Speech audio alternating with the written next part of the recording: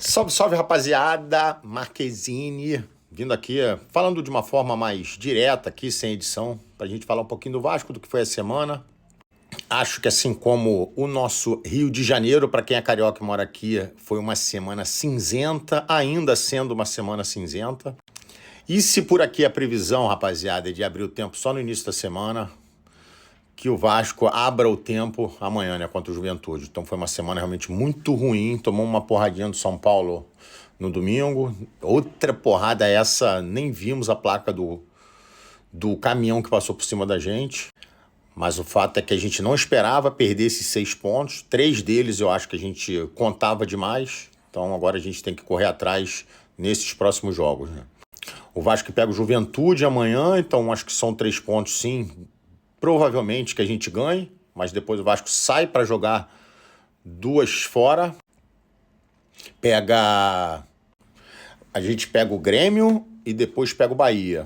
E aí sim, na sequência, a gente volta a jogar 2 em casa para pegar o Inter e depois o Mirassol. E aí fecha o Campeonato Brasileiro pegando o Galo em Minas Gerais. Jogo esse que pode ser muito interessante, já que pode ser até uma situação do Vasco poder já jogar classificado para Libertadores, já que o Galo pode chegar já campeão da Sula, garantindo a vaga dele, e ser um jogo em que se o Galo ganha do Vasco, passa o Vasco, mas dá a vaga para o Vasco, e se o Vasco ganhar do Galo ou empatar, o Vasco é que fica com a vaga.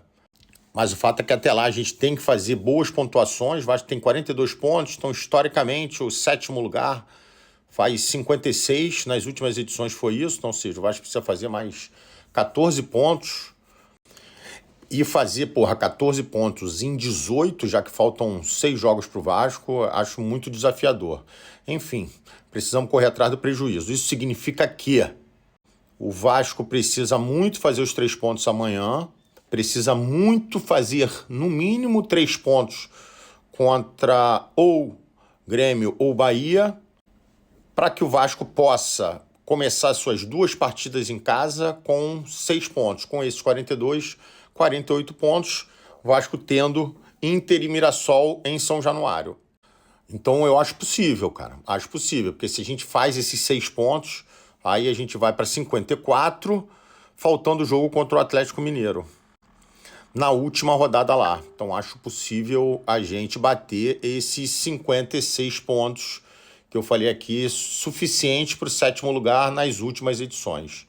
Resumo, rapaziada, acho que o mais importante é que o Vasco não pode perder performance, entender que essa semana cinzenta foi uma semana pontual e que a gente bote o trem no trilho amanhã novamente.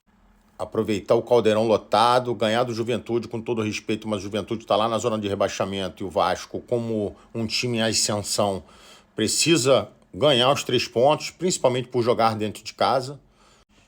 Lembrando o seguinte, né? Vamos ter 10 dias agora para descansar da data FIFA e temos que ir, no mínimo, 10 dias antes do jogo lá da Semi contra o Fluminense, a gente precisa já começar a dosar um pouquinho a nossa energia.